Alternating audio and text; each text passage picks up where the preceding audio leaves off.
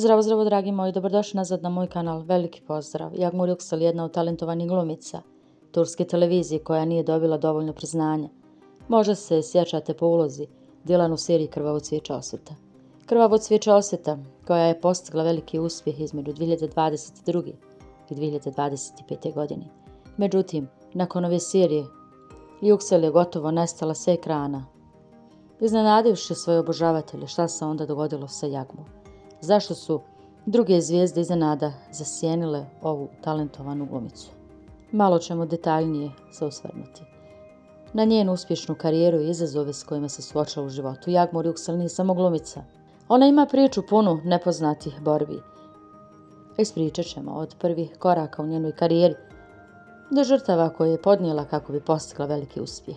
Otkrit ćemo i razlog zašto je ostala daleko od ekrana i razlog zašto je i dalje pamti po svom besprijekornom glumačkom talentu. Zavirimo u svijet Yağmur Yüksel i ispitajmo prekretnice u njenom životu. Yağmur Yüksel je rođena 21. januara 2002. godine u okrugu Merziponu, Amasi.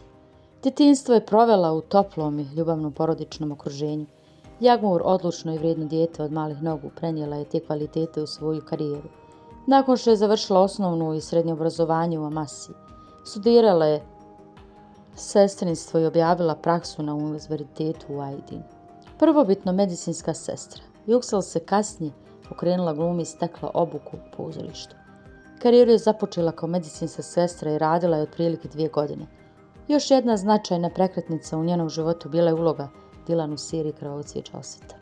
Iz 2022. godine svoj prvi proboj ostvarila je ovom serijom, koja je stekla veliku bazu obožavatelja u Turskoj i u inostranstvu. Lik Dilan sa svojom složenom pričom i dubinom osvojila je srce gledalaca. Emocionalni preokreti i teškoće sa kojima se Dilan suočila u kombinaciji sa glumom Yağmur Yüksel ostavili su dubok utjecaj na publiku.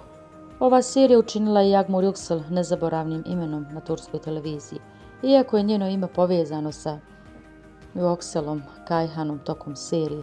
Yüksel je definitivno demantirala ove tvrdnje i u izjavi na društvenim mrežama, iako je nakon serije Krvavo cvijeće osveta potpisala ugovore za još 2 projekta.